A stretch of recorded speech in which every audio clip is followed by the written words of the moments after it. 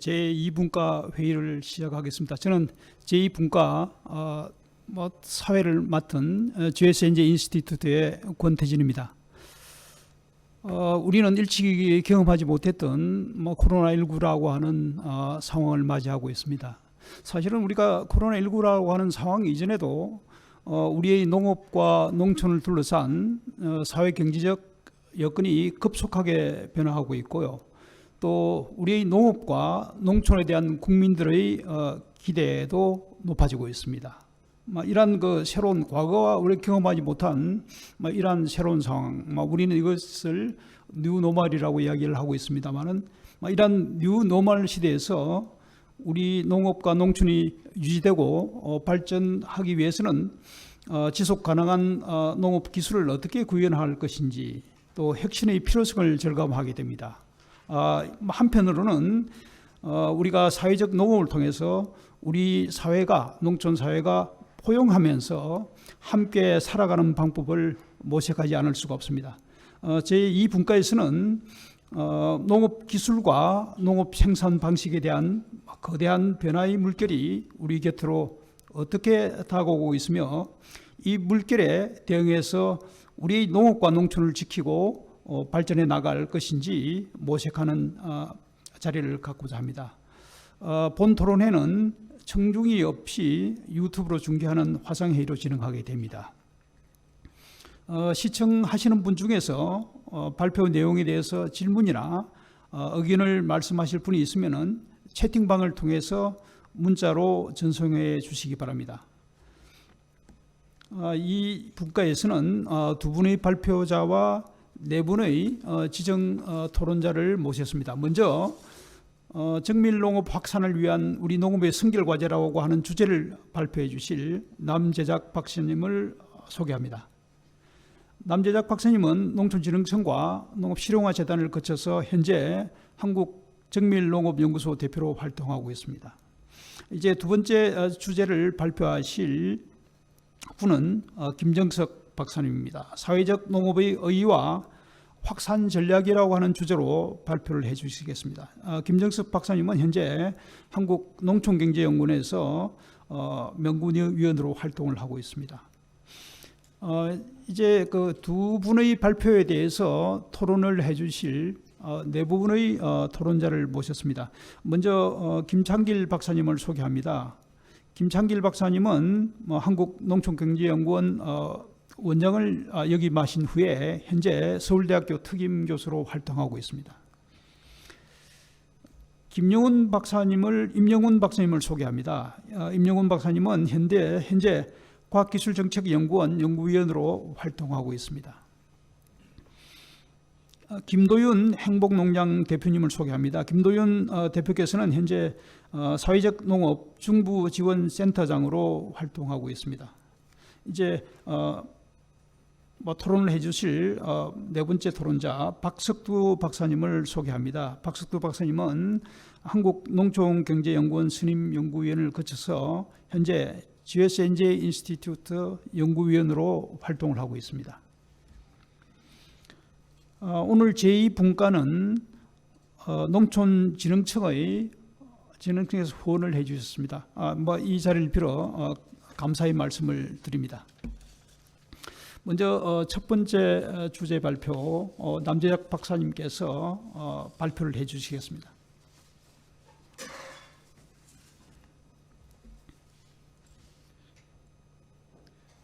네, 안녕하십니까. 방금 소개받은 정밀농업연구소 남재작입니다. 제가 발표할 내용은 정밀농업의 확산을 위한 우리 농업의 선결과제라는 주제로요.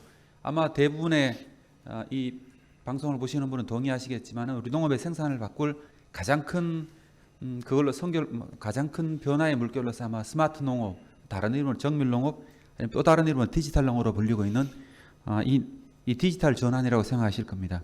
저는 이거에 대해서 국내외에 있었던 기술적인 쟁점들과 그 다음에 이러한 전환이 일어나기 위해서는 어떤 선결 조건들이 필요한지에 대해서 말씀드리겠습니다.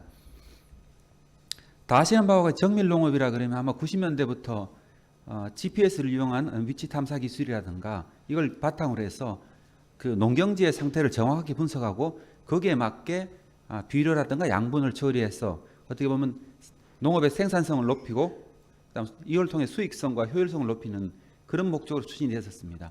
최근에는 이제 농업용 로봇들이 발전 들어왔고 그리고 또 네트워크망이 좋아지면서 사물 인터넷이라고 해서 이제 전반적으로 센서 기술들이 발전했습니다. 이런 것들이 현장에 설치되면서 점점 더 많은 정보들이 농업 현장에 들어오고 있습니다.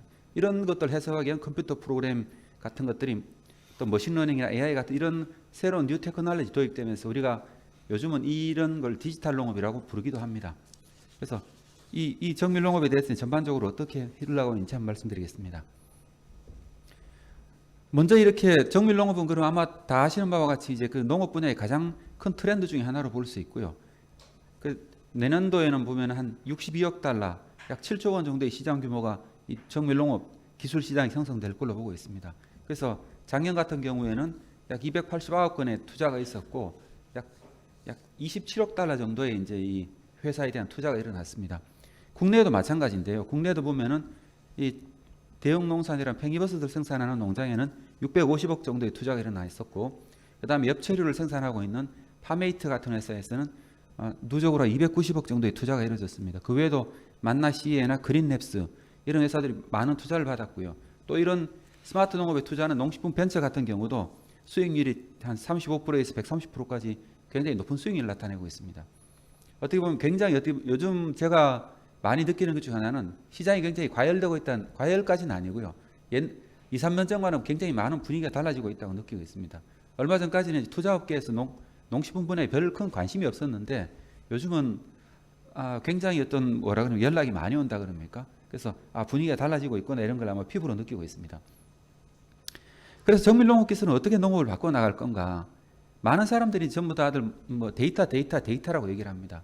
그래서 이런 데이터를 기반으로 해서 생산량 예측을 통해서 농업 생산이 가져오는 어떤 사전 리스크를 회피하고 그 다음에 생산 전 과정의 관리를 통해 가지고 비용을 절감하고 또 식품이 폐기되는 양을 줄일 수도 있습니다. 물론 새로운 자동화 장비가 도입됨을 해가지고 사업의 효율성을 증가시키는 것도 크게 기여할 거라 생각합니다. 이런 과정을 통해 가지고 결과적으로는 농민들의 수익을 올린다고 목적을 하고 있습니다. 근데 이런 정밀 농업이라는 게 사실은 그럼 우리나라에서는 어떻게 도입될 수 있을까? 이미 이제 유럽의 어떤 농경지가 넓은 나라에서는 보편적인 것까지는 아니지만 굉장히 많이 확산되고 있는데요. 첫 번째 고려해야 될 것은 뭐냐 그러면 농업에서 안정적인 데이터의 수집이 가능한가? 실제로 농업 환경이라는 것은 지금 현재 하우스 같은 온실 정도에서는 측정 온실에서 크게 문제가 없는데요. 축사 같은 환경에서는 대부분의 센서들이 한 2달, 3달만 지나가면 어떻게 센서가 삭는다 그럽니까? 그래서 데이터를 수집하기가 굉장히 어려운 문제가 있고요. 이런 문제 어떻게 해결할 건가 문제가 있고, 노지 같은 경우에는 데이터 통신망에 문제가 있습니다. 또 노지 환경에서 크건 환경에 노출되기 때문에 장비들이 안정적인 작동을 보장하기가 상당히 어렵습니다. 그래서 어떻게 보면은 뭐 어떤 지금까지는 다르게 어떤 이게 공장 자동화에서 쓰였던 기술들이 이쪽에 많이 쓰이게 되는데 공장에서는 전혀 다른 어떤 기술적 난제들이 현장에서 맞닥뜨리고 있는 것이고요. 또 하나는 농촌 이 공장은 하나의 어떤 지역에 이게 서비스 지역에 몰려 있다 치면 농촌 같은 경우는 굉장히 넓게 퍼져 있습니다. 그 유지관리하는 업체 입장에서는 비용이 굉장히 많이 들어가는 조건이 되는 거죠. 그래서 농촌 지역에서 이런 유지관리하는 업체들이 수익성이 맞지 않으면 이런 농업이 확산될 가능성이 별로 없다고 생각하고요. 그 다음에 또 하나 중요한 문제들은 우리나라 같은 경우는 외국 같은 경우도 마찬가지로 그 자동화 완전 무인 농업이 가능해지려 그러면은 이제 토지 정비가 굉장히 중요한데 우리나라 같은 경우는 토지 사이즈가 굉장히 작습니다. 논 사이즈는 뭐 그 뭡니까 1헥타르 그 몇백 평 정도밖에 안 되기 때문에 이런 문제에 대해서 그러면은 이 토지 문제 때문에 어떤 수익성을 갖는 데 문제가 있고요. 아마도 우리나라가 정밀 농업, 스마트 농업을 가는데 가장 큰 문제는 아마도 이런 토지 제도 문제가 될 것이다. 그러니까 기술의 문제가 아니고 어떻게 보면은 지금까지 관행과 어떻게 보면 누적된 어떤 하나의 그 농촌의 문제들이 아마 이런 디지털 전환을 막는 가장 큰 제약 요건이 될 거라 생각하고 있고요. 그 외 다음에도 말씀드리겠습니다만은 여러 가지 이제 그 센서와 센서 간에, 센서와 기계 간에 또 이런 통신들이 굉장히 중요해집니다. 근데 농촌에 과연 이런 통신 인프라를 어떻게 사용할 거냐? 지금은 현재 그 대형 통신선을 중심으로 해가지고 LTE나 5G망을 사용하는 방식으로 가고 있는데 그럴 경우에는 소 한 마리당 어떻게 보면 이게 네트워크 비용을 다 내야 되는 것이죠. 그럼 이런 네트워크 비용을 어떻게 할 건가 하는 문제도 크게 될 것 같고요. 그리고 또 하나 이제 제가 이 스마트 농업이나 정밀 농업을 바라보면서 느끼는 게 뭐냐 하면은 대부분 사람들이 미래가 한 5년 후에 10년 후에 미래가 어떨지에 대해서 비교적 정확하게 예측할 수가 있습니다. 왜냐하면 기술적으로 개발되고 있는 것들이 아니면은 생각하고 있는 서비스하고 있는 모델들을 보면은 어느 나라든 간에 비슷한 방식으로 하기 있기 때문에 그렇습니다. 우리나라에서 축산 스마트팜에 적용되고 있는 기술이 아니면은 유럽이나 미국 적용되고 있는 모델들이 크게 차이가 나지 않고요. 그리고 온실에서 적용되고 있는 그 인도 팜이라든가 이런 부분에서 기술적 차이가 나지 않습니다. 근데 문제는 이제 그 이러한 그 기술적인 문제가 아니고 이걸 어떻게 현장에서 일어날 건가 하는 방법론의 문제는 전혀 다른 문제입니다. 근데 우리나라 아직까지 지금까지 현재는 대개는 기술적으로 이걸 어떻게 해결할 거냐에 아예 중심을 맞춰왔다 치면은 지금 제가 생각할 때는 이 기술적인 문제는 아주 그냥 작은 부분일 수도 있다. 오히려 우리가 이걸 다루는 방식, 어떤 사회적 어떻게 접근할 건가 하는 방법론적인 문제들이 더 큰 문제일 수도 있다. 이런 생각도 들었습니다. 어떻게 이걸 한번 비교해 보면은 먼저 이제 온실에서 일어나는 일을 한번 비교해 보면요. 지금 현재 가장 큰 시장 점유율을 가지고 있는 것들이 네덜란드 프리바사의 시스템입니다. 여기는 그 되게 아날로그 방식의 어떤 데이터 측정망을 가지고 있고 이걸 바탕으로 해서 전문가가 컨설팅하는 방식, 어떻게 보면은 1.5세대 스마트팜 정도로 될 겁니다. 그런데 우리나라에 지금 2세대 스마트팜이라고 부르고 있는 시스템들은 인공지능이나 뭐 클라우드 같은 이런 기술을 적용한다고 이게 표방을 하고 있습니다. 그래서 데이터를 기반으로 해서 생육을 판단한다고 이렇게 하고 있는데, 근데 실제로 보면은 우리나라 시스템이 아직까지 확장되기보다는 프리바 시스템이 더 많이 깔리고 있는 문제가 있죠. 그런데 이제 우리나라는 3세대로 발전하려고 그러고 있는데 어떤 게 더 타당할 거냐? 물론 이제 5년, 10년 후에는 아마 이 우리나라가 추진하는 방식들이 다 표준화될 겁니다. 그런데 아마 2, 3년 동안 어떤 일이 날 건지 한번 살펴볼 필요도 있습니다. 그래서 네덜란드 시스템과 우리나라의 시스템을 가장 크게 바라보면은 어떻게 보면 AI에 대해 어떻게 보면 전문가라 이렇게 나눌 수 있을 것 같습니다. 농업이라는 게 굉장히 오래된 학문이다 보니까 굉장히 작물 생육이나 재배에 대해서 지식이 잘 축적되어 있습니다. 그래서 이 비료를 어떻게 줘야 되고 생육이 며칠 지나면 어떻게 작물이 어떻게 바뀌고 언제 꽃이 피고 비료는 어떨 때 필요하고 이런 것들이 굉장히 잘 정리가 되어 있습니다. 근데 지금까지 우리나라의 스마트 농업은 대개 농기계 전문가들이 만들어져 왔는데 이 농기계 전문가들 입장에서는 많은 데이터를 모았는데 보면은 뭐라 그랬죠? 이 적절한 농업적 판단을 내려야 되는데 이거를 전문가가 내리지 않고 뭡니까? 데이터를 기반으로 내린다고 말을 하고 있는데 실제로는 거기까지 기술 완성도가 아직 접근하지 못했다고 생각하고 있고요. 그래서 이런 방식에 대해서 우리나라에서는 한 번 더 좀 고민할 필요가 있겠다 이런 생각이 들었습니다. 또 하나의 문제는 그 수익 모델과 규모의 문제인데요. 그러면 농촌에서 만약에 이거를 이 스마트 농업 기술이 아니면 디지털 농업을 사용하는 그 네트워크라든가 아니면 그 농업 컨설팅 서비스를 받는 농민들은 이 서비스에 대해서 비용을 지불할 의향이 있느냐, 지불한다면 얼마를 지불할 수 있을까, 그리고 국가적으로 굉장히 많은 네트워크들이 필요한데 그 인프라들이 굉장히 많이 필요한데요. 그런 인프라들에 대해서 구축하는 비용들은 그럼 누가 내야 될 거냐, 이런 것들도 이제 굉장히 큰 문제가 될 것 같고요. 그래서 당장은 보면 투자 대비 효율성을 바로 느낄 수 있는 어떤 축산 농가나 규모화된 원예 농가 중심으로 이 정밀 농업이라는 스마트 농업이 확산될 수밖에 없고, 도저히 스마트 농업은 굉장히 좀 이렇게 더딜 수밖에 없다 이런 생각도 하고 있습니다. 또 하나는 이 규모의 문제인데요. 우리나라가 보면은 5천만 원 이상의 조수익을 가지는 농가는 전체 농가의 8% 정도 됩니다. 근데 문제는 농가들은 굉장히 흩어져 있다는 거죠. 그러니까 어떤 서비스를 기업들이 여기 들어와서 서비스를 해서 수익을 내기가 상당히 어려운 구조로 되어 있습니다. 그래서 생각보다는 굉장히 속도가 더딜 수 있다 이런 생각도 들고 있고요. 그리고 뭐 농경지문도 말씀드렸지만은 이 농지에 인프라 투자가들이 많이 돼야 되는데 대부분 농지 소유들이 한 절반 정도는 이제 보면은 되게 외지인 비농업인 농사를 짓지 않는 걸로 되어 있습니다. 과연 그랬을 때 그럼 농지에 과연 투자할 수 있는 여력이 있을 거냐, 이런 것도 이제 하나의 큰 제약 요인으로 작용할 것 같습니다.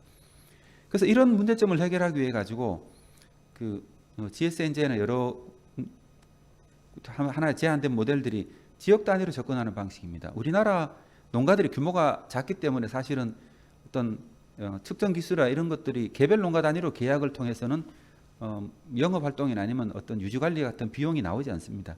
그러다 보니까 지역 단위로 서비스할 수 있는 어떤 병해충 예찰이라든가 아니면은 그 고온 경보, 서리 경보 같은 이런 뭡니까 좀 복잡하지 않은 그렇지만은 굉장히 농업에 있어서는 중요한 이런 데이터 정보 서비스를 먼저 이렇게 제공하는 방식으로 접근하자. 그 다음에 이제 그 역할을 각자 역할을 나눠서 접근하자 이런 방식들이 제안되기도 했었습니다.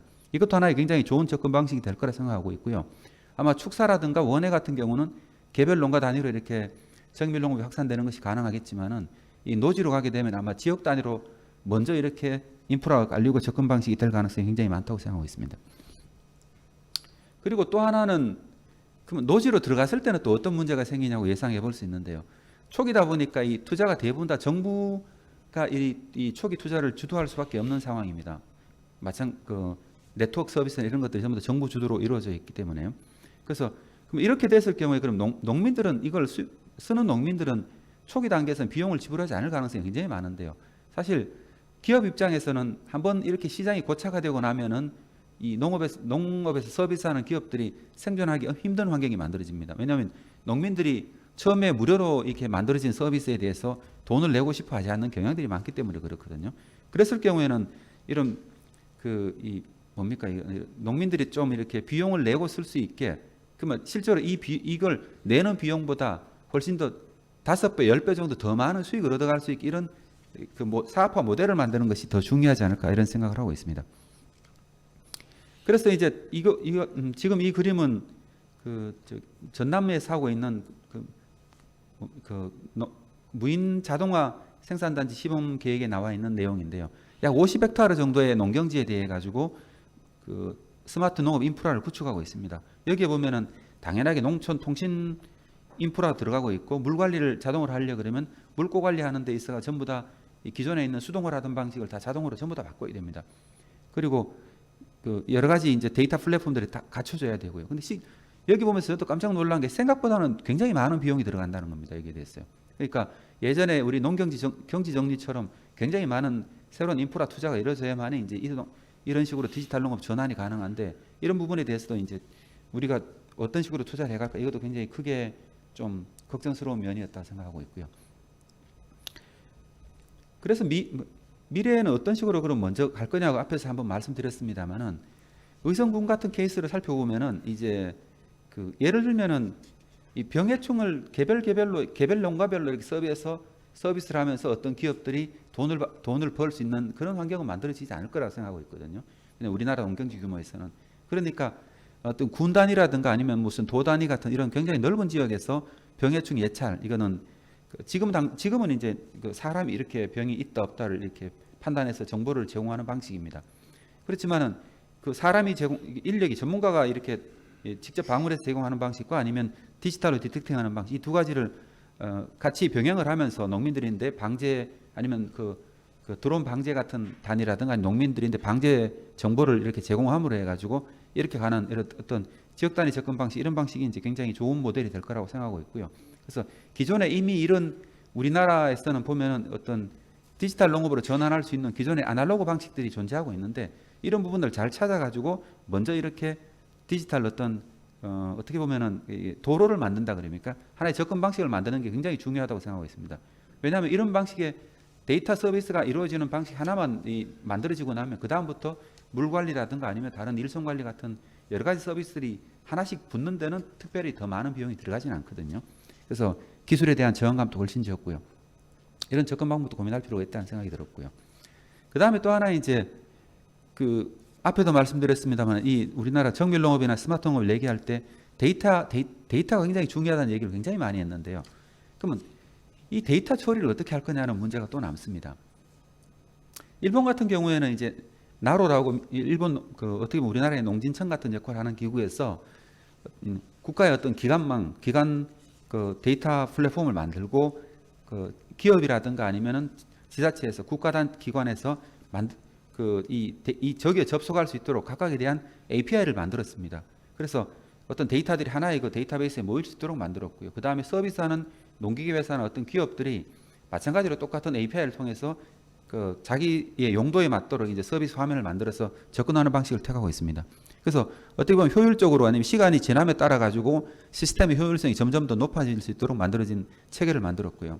그런데 우리나라 같은 경우는 이제 스마트홈 혁신밸리라든가 아니면 노지 스마트 농업 같은 사업들을 바라보면은 대개는 이제 하나의 단위로 별도의 SI 사업으로 추진되는 경향이 있습니다.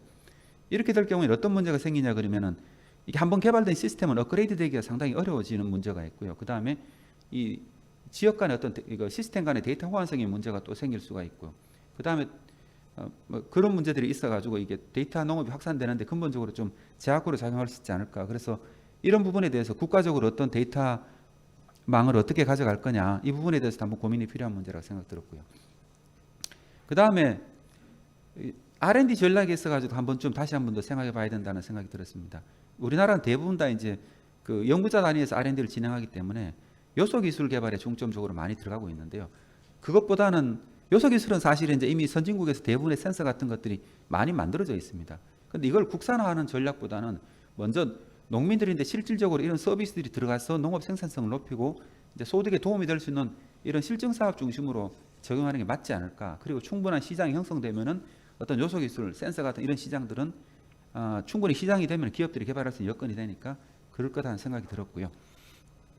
그 다음에 이제 어떤 연구소 같은 경우는 연구소 같은 어떤 뭐 농진청 같은 경우죠. 연구소 같은 경우에는 민간 기업들이 사실 여기에 들어올 때 가장 어려워하는 게 뭐냐 그러면은 이 충분히 이제 테스트할 만한 시험 포장을 가지고 있지 않다는 겁니다. 그리고 각각의 작물들이 다 제각각이다 보면은 사실은 어떤 데이터의 그 어떤 표준화를 만들기 굉장히 어렵거든요. 그래서 아마도 그 농진청 같은 기관에서는 가능하면은 전국적으로 이런 디지털 기술을 센싱이라든가 아니면 처리 기술을 적용할 수 있는 어떤 시험 포장들을 전국 단위로 좀 많이 만들어 가지고 기업들이 활용할 수 있게 하면은 굉장히 이제 이 속도를 빠르게 할 수 있다는 생각이 들었습니다. 끝으로 이제 제가 이렇게 이쪽에 현장에서 활동하고 있는 기업 몇 개를 소개하면서 제 발표를 마치고자 하는데요. 이 여러 이제 소개된 기업들이 많습니다. 오늘 좀 다른 기업들을 소개하고 싶은 거는 파메어라는 회사가 있는데요. 실제 로갸를 만든 친구들이 기업 대표들이 만든 업체입니다. 이게 여기서는 전국에 있는 어떤 시장의 모든 시장 정보를 다 끌어모아 가지고 하나의 그 가격 지수를 만들었습니다. 그래서 이 물건을 어떨 때 구입하면 좋을 건가? 왜냐하면 이 로갸라는 회사는 감자를 유통하고 있는 많은 농산물 유통하는 회사인데요. 이거를 판단하는 데 활용을 하고 있고 이거를 최근에 한국경제신문하고 결합해 가지고 카피 지수라는 걸 만들었습니다. 그래서 농산물 가격이 어떻게 동향이 가고 있는 건가? 전국의 모든 시장의 정보를 끌어모아서 만들어가고 있고, 근데 이것들이 이제 나중에 생산 기반하고 이제 어떻게 통합될 건가 하는 걸 고민하고 있는 것 같고요. 또 하나는 그린랩스라는 회사는 이쪽 회사들은 어떻게 보면 굉장히 ICT 쪽에서 한번 이렇게 창업을 해서 굉장히 성공한 친구들인 거죠.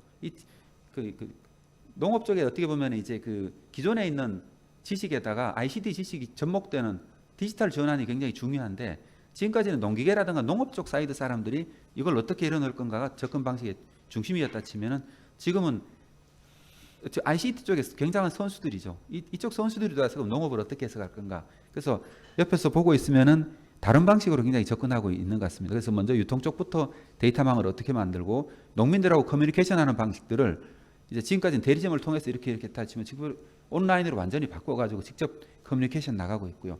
그래서 다른 방식으로 접근하고 있어가지고 굉장히 좀 다르게 보고 있는 회사입니다. 그리고 또 하나는 이제 제가 지금까지는 전부 AI라든가 이런 쪽에 대해서 농기계나 아니면 그쪽 중심으로 이렇게 하는 분들이 접근 방식이었다고 하면은 이 회사는 보면은 농업 전문가입니다. 농학을 전공한 친구인데 이 대표는 그러면 감자에 대해 가지고 감자가 어떤 때 가장 크리티컬하고 어떨 때 무슨 활동을 해야 되는지 정확히 분석하고 있고 우리가 그럼 여기다 물을 줘야 될 건지 말아야 될 건지 이런 아니면 썰이가 내릴 건지 말 건지 이런 것들만 판단하면은 사실 나머지는 사실 작물이라는 게 되게 잘 자라니까요. 그러면 그걸 어떻게 잘 판단할 건가 하는 거를 데이터를 적용해서 하고 있습니다. 그래서 어떻게 보면은 농학자들이 어떻게 보면 AI 데이터를 기반으로 하는 접근 방식을 가장 잘 사용하고 있는 회사로 이렇게 판단돼서 좀 소개해드리고요. 결론적으로 이제 이런 ICT 회사하고 이런 회사들이 계속해서 이제 그 합병하거나 이제 협력을 하면서 새로운 어떤 단계로 나아가는 게 이제 현재 농업 분야의 그런 스마트 농업의 발전 방향 같습니다. 끝으로 이제 리얼팜이라는 회사인데 보면은 이 회사는 이런 모델들은 사실은 전 세계가 대부분 다 비슷한 모델인데요. 제가 특별히 소개하는 이유는 이 수의사가 중심이 돼서 움직이는 모델들인데 이 수의 시장에 대해서 정확하게 이제 이 시장을 분석하고 있고, 그래서 이 데이터 시스템이라는 것을 수의사들이 농장과의 커뮤니케이션에 가장 최적화하도록 만들었습니다. 그래서 이 부분에 대해서 생산성이라든가 아니면 어떤 정확하게 어떨 때 이제 그 수정을 해야 될 건가 이런 걸 타이밍을 잡아내고 아니 원격으로 이제 수의 서비스를 제공하고 있고, 그래서 굉장히 좀 우리 쪽에서 바꾸어 나가는 하나의 그 기업으로 볼 수 있겠습니다. 결론적으로 이제 한번 전체적으로 한번 말씀드리면요, 우리 농촌이 어떻게 보면 농촌 인구 감소하고 기후 위기라는 어떤 위기에 직면하고 있는데요. 이런 그 농촌의 문제를 해결하기 위한 어떤 방법으로 해서 어떤 정밀 농업이라는 것들이 하나의 대안 정도가 아니고 어떻게 보면 어쩔 수 없는 선택이라는 생각이 들고요. 그다음에 이걸 어떻게 할 건가의 문제만 남아 있다고 생각은 듭니다. 그리고 그 정밀 농업이라는 걸 아니면 스마트 농업이라는 걸 적용할 때 보면은 개별 국가가 처한 상황이 다 다르고 농업 방향이 다 다릅니다. 그렇기 때문에 접근 방식도 다 다릅니다. 근데 이제 우리도 이제 이런 우리나라의 특징에 맞는 어떤 정밀 농업을 어떻게 적용할 것인가 한 번 더 그 기술보다는 사업화 방법론이라든가 아니면은 농업과 커뮤니케이션 방식에 대해서 좀 더 많은 고민이 있었으면 좋겠다 싶은 생각이 들었고요. 그다음 실질적으로 기술은 보면은 기술 난이도가 상대적으로 난이도는 낮고 효과는 크고 아니면 농민들이 접근하기 쉬운 방식의 기술들이 우선적으로 되어갈 것이고, 이것들이 어떻게 보면은 하나의 농업의 어떤 디지털 전환을 만들어가는 하나의 해결책이 될 거라고 생각하고 있습니다. 그리고 또 하나 접근 방식에서는 농가 단위의 어떤 방식은 연구 단위에서는 관계 없는데 실제로 이제 시장에서는 지역 단위 방식의 접근 방식이 훨씬 더 우리나라 농업 현실에 맞을 거라는 생각이 들었고요. 그 다음에 또 어떤 데이터 중심으로 접근할 때 너무 이제 그 AI라든가 머신러닝 같은 어떤 컴퓨터 공학자의 관점보다는 어떤 농업 전문가의 해결책들이 좀 더 이렇게 좀 접목되면 좋겠다 이런 생각이 들었습니다. 그 외에도 이제 이 빅데이터 플랫폼이라든가 아니면 농촌 지역의 데이터망을 어떻게 구성할 것인가, 이 부분은 향후 이제 굉장히 큰 이슈가 될 거라고 생각하고 있거든요. 왜냐하면 지금은 통신회사들이 이런 기본적으로 이제 SK나 KT 같은 회사들이 이런 네트워크를 다 이렇게 먼저 이렇게 깔고 있는데 향후 이런 것들이 농민들이 굉장히 부담으로 작용할 수 있기 때문에 국가에서는 이 농업 네트워크망을 어떻게 구축할 건가, 이 부분에 대해서도 큰 틀에서 한번 고민이 있었으면 좋을 것 같다는 생각이 들었습니다. 이상 제 발표를 마치겠습니다. 네, 고맙습니다.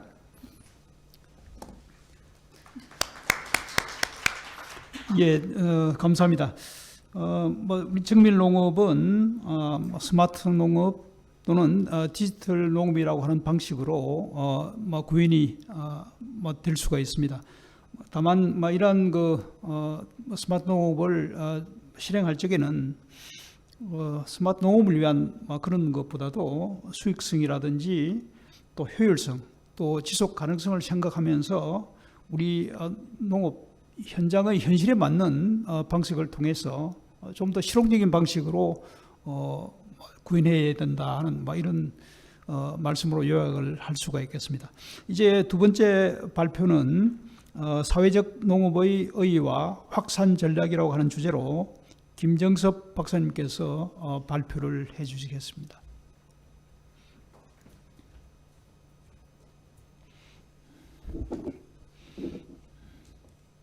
예, 한국농촌경제연구원에서 일하고 있는 김정섭입니다. 사회적 농업의 의의와 확산 전략이라는 제목으로 짧게 말씀을 드리겠습니다. 그 용어도 생소하고 우리나라에 이렇게 널리 퍼져 있는 실천이나 현상은 아닙니다. 그런데 이렇게 귀중한 자리에 와서 이런 소개를 할 기회가 돼서 굉장히 감사하게 생각을 합니다. 뭔가 좀 다른 게 있기 때문에 눈길을 끌기도 하는 것 같은데요. 농촌 지역에서 일어나고 있는 이른바 사회적 농업이라고 불리는 실천들이 어떤 의미가 있고 그것이 긍정적인 어떤 효과를 가져온다면 어떻게 확산시킬 것인가에 관해서 간단하게 제 생각을 좀 말씀을 드리겠습니다. 이런 순서로 말씀을 드리겠습니다. 먼저 사회적 농업이 뭔지 좀 설명을 드려야 될 것 같은데요. 사실은 이 얘기 자체가 말로 하기엔 굉장히 좀 어려워서 좀 힘든 부분인데 짧게 말씀을 드리면 그렇습니다. 유럽연합에서 정의하고 있는 사회적 농업이라는 것은 그렇습니다. 임금을 받고 일을 할 수 있는, 즉 계약에 기초한 노동을 수행할 능력이 부족한 사람을 그런 분들에게 일자리를 제공하려고 하거나 아니면 아주 넓은 의미에서 통상적인 수준, 경제적이든 사회적이든 통상적인 수준 아래에 있는 불리한 조건에 있는 다양한 계층의 사람들에게 재활을 도와준다든지 직업교육을 시켜준다든지 케어라고 그러죠. 돌봄을 제공한다든지, 그 다음에 농촌에 가면 또 많이 고립돼 있고 도움이 필요한데 그 혜택을 못 보는 계층이 아동이나 노인 뭐 이런 분들인데요. 이런 분들을 서포트하는 서비스를 제공하는 것, 여기까지 말씀드리면 보통 사회복지를 떠올리실 겁니다. 그런데 이런 활동을 뭐 대체하자는 얘기가 아니고요. 많은 부분을 하자는 게 아니고 농민들도 농사 지으면서 이런 일을 좀 조금은 할 수 있지 않겠느냐. 이런 의미에서 실천되는 것이 사회적 농업입니다. 그래서 필수 조건은 농민이 농사 지으면서 해야 된다는 겁니다. 농민이 농사 지으면서 해야 되고, 그 다음에 또 다음은 농사만 짓고 농산물을 생산하는 걸로 끝나는 게 아니라 불리한 여건에 있는 사람들에게 주로 일자리를 제공하거나 돌봄 서비스를 제공하거나 뭔가 농업에 관해서 교육을 시키거나 이런 식으로 도움을 주면 그게 사회적 농업이죠. 그래서 기능이 두 가지인 거죠. 농업 생산과 일자리 제공, 돌봄 같은 어떤 사회적인 기능들. 그렇기 때문에 다기능 농업이라고도 표현을 합니다. 다기능 농업의 일종이라고. 대표적으로 환경 농업이 농업 생산을 하면서 환경을 돌보는 농업이라면 사회적 농업은 그들이 흉내내서 농업 생산을 하면서 지역사회를 돌보는 농업이다. 지역사회 약자들을 좀 돌보는 농업이다. 이렇게 말씀을 드릴 수 있겠습니다. 보통 그건 사회복지 하시는 분들이 하셔야지 왜 농민이 이렇게도 생각을 하시고요. 우리는 보통 약은 약사에게 진료는 의사에게 뭐 농사는 농민만 이런 식으로 좀 생각하는 게 익숙한데 지금 농촌의 여건은 이렇게 사회복지 기반이 충분하지도 않고 여러 가지 부족한 점이 많기 때문에 때로는 경계를 허물고 서로 다른 분야에 있는 사람들이 좀 힘을 모아서 접근을 하는 것이 굉장히 절실하게 필요한 대목이 있습니다.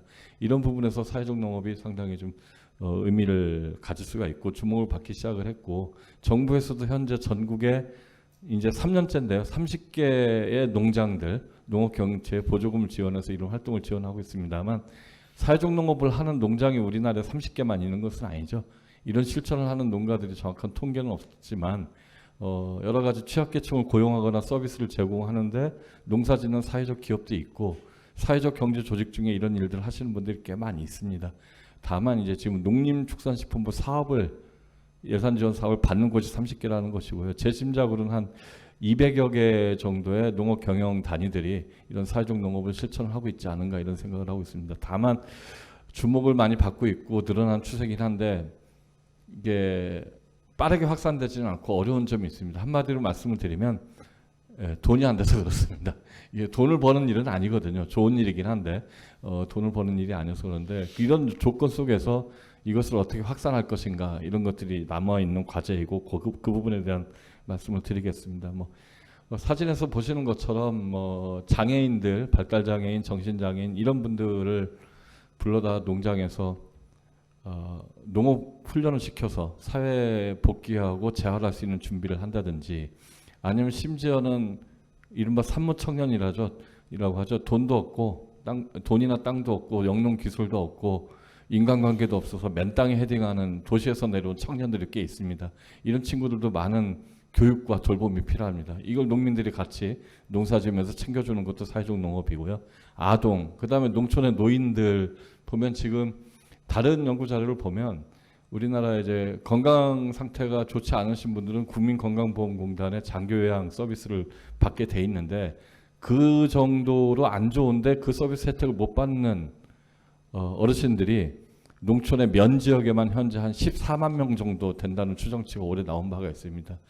그러면 국가에서 해주면 좋은데 해당이 안 돼서 안 해주는 거를 그냥 놓고만 있을 거냐, 손 놓고 바라보기만 할 거냐, 이게 아닌 거죠. 특히 이제 치매가 시작되시고 혼자 사시는 어르신들 그냥 집에서 식사를 하시는지 어쩌는지 모르고 놔두지 말고 이웃의 농민들이 농장으로 불러다가 같이 밥도 먹고 옛날 생각하면서 농사일 조금 이야기하고 같이 작업을 좀 하고 이러면서 좀 돌봐드리는 게 사회적 농업의 일종이 될 수도 있고 분야는 굉장히 다양하다고 봅니다. 이런 일들이 조금씩 일어나고 있습니다. 이 지도는 지금 농식품부의 지원 사업을 받고 있는 30개소이고 아까 말씀드린 것처럼 정부 보조 농식품부 사업 안 받고도 이런 것을 하는 농장들이 한 200여 개는 되리라 짐작을 하고 있습니다. 외국에서도 이런 사회적 농업을 많이 했고 특히 유럽 국가들, 서유럽 국가들이 했고 우리나라가 이것을 흉내내서 가지고 왔고요. 농식품부가 정부 보조 사업을 하고 있고 올해부터는 충청남도와 제주도도 도비 예산을 만들어서 이런 사업들을 진행을 하고 있습니다. 그런데 외국의 사례를 보면 이 사회적 농업을 농민들이 하기는 하지만 자세히 보면 농민 혼자 하는 게 아니고 하나의 농장이 단독으로 하는 것이 아니고 지역사회에서 흔히 커뮤니티라고 그러죠. 지역 공동체의 기초를 두고 주민 여럿이 협동을 해서 이런 실천을 해나간다는 얘기입니다. 크게 두 가지 모델이 있다고 봅니다. 이탈리아식인데요. 첫째는 이탈리아는 주민들과 지방정부가 함께 출자해서 사회적 협동조합을 만들어서 협동조합이라는 형식을 가지고 자료들을 보면 근사합니다. 근사한 농장을 만들고 그 안에 돌봄이나 교육이 필요한 분들과 농민들이 같이 어울려서 함께 농사짓고 여러 가지 서비스를 제공하기도 합니다. 하지만 주민들이 같이 협동을 해서 하는 방식이어서 지역공동체 기반이라고 말씀드릴 수 있겠습니다. 두 번째는 아일랜드 스타일인데요. 아일랜드 같은 경우에는 우리하고 좀 비슷합니다. 대부분 농가들이 소농들이고 자본이 부족하고 협동조합이 그렇게 아주 발달해 있지는 않습니다. 하지만 주민들이 협력망을 만들어서 서로 의논해가면서 역할을 분담을 해서 자연스럽게 사회적 농업을 실천을 하고 있습니다. 이런 의미에서 봤을 때 사회적 농업이라고 할 때 사회라는 말은 뭐 한국 사회 이렇게 거창한 얘기가 아니고 그 돌봄이나 교육이나 일자리가 필요한 사회적 약자들이 살고 있는 바로 내 이웃, 지역사회가 바로 사회다라고 일단 잠정적으로 말씀을 드릴 수 있겠습니다. 왜 사회적 농업이 왜 이렇게 중요하냐 이런 이야기를 하기도 하고 하면 뭐가 좋으냐 이런 얘기를 하는데 뭐 치유농업이나 원예치료, 녹색 돌봄 비슷한 말들이 있습니다. 굳이 사회적 농업이라는 말을 강조하는 이유가 있습니다. 농장에 참여를 해서 뭐 예를 들면 장애가 있으시거나 치매가 있으시거나 뭐 돌봄이 필요한 분이 농장 활동에 참여하게 되면 뭐가 좋으냐 이렇게 여쭤보면 흔히들 1번으로 이야기하는 게 자연환경을 접하니까 꽃 만지고 식물 만지고 동물을 보니까 뭔가 좋지 않겠냐 이렇게 말씀들을 하십니다. 당연히 그런 부분이 있습니다. 그런데 실제로는 그거 못지않게 때로는 그거보다 더 큰 것이 뭐냐면 고립되어 살던 분들이 예를 들면 정신요양시설에서 15년 20년 동안 날마다 아침 먹고 약 먹고 TV 보고 점심 먹고 약 먹고 TV 보고 저녁 먹고 약 먹고 TV 보고 화장실 갈 때 물어보고 허락받고 다니시던 분들이 마을로 나와서 농민들하고 농장은 공장하고 좀 다르죠. 공장에서 앉아서 일만 해야 되지만 농장은 동네 농민들이 만나서 수다도 떨고 밥도 같이 먹는 사회적 상호작용이 이루어지는 곳입니다. 그 한가운데 같이 앉아서 일도 좀 배우고 일도 하고 얘기도 같이 하고 이러면서 나도 이 지역사회에 연결되어 있다라는 자존감을 갖게 됩니다. 이 부분이 굉장히 크다고 봅니다. 식물과 동물을 접하는 것 못지않게. 그래서 사회적 농업이라는 말을 좀 말씀을 드리고요. 개인적으로는 성취감이라든지 또 경우에 따라서는 새로운 농사 기술을 배워서 경제적으로 도움이 되기도 하고 이런 부분에 의의가 있다라고 말씀을 드릴 수 있겠습니다. 그렇기 때문에 지역 공동체에 기초를 해야 된다는 거죠. 어느 한 농장이 그런 분들을 다 우리 집에 불러 모아서 이걸 내가 다 해주리라 이렇게 하기가 어렵고요. 그런 분들을 불러 모으려면 지역사회에 하나 있는 보건의료기관, 사회복지기관들과 접촉을 해야 됩니다. 근데 농장에서 이런 것들을 같이 좀 뭐 도와드리고 싶은데 데리고들 오세요. 이런 얘기를 하려도 지역사회 안에 그 농민들과 농업이 아닌 다른 일에 종사하는 분들이 모여서 의논을 해야 된다는 거죠. 그래서 지역공동체 기반이라고 봅니다. 근데 쉬운 것 같지만 쉽지는 않습니다. 통상 시골에서 그냥 평생 농사만 짓는 보통 농민이 본인이 아프지 않은 이상에는 정신과 의사를 만날 일이 없고요. 본인이 굉장히 어려운 처지에 있지 않는 이상 사회복지기관을 찾아갈 일이 없습니다. 평생. 그런데 알고 보면 같은 군에서 20년, 30년 같이 살고 계시는 분들이죠. 그러니 이참에 한번 모여서 도움이 필요한 분들 농장에 한번 모여서 거기 이제 사회복지사나 의료계에 계신 분도 따라오고 등등 학교에 계신 분도 선생님도 따라올 수 있고요. 이렇게 이런 일들을 해보자 라고 얘기하려면 지역공동체 기반일 수밖에 없다는 겁니다.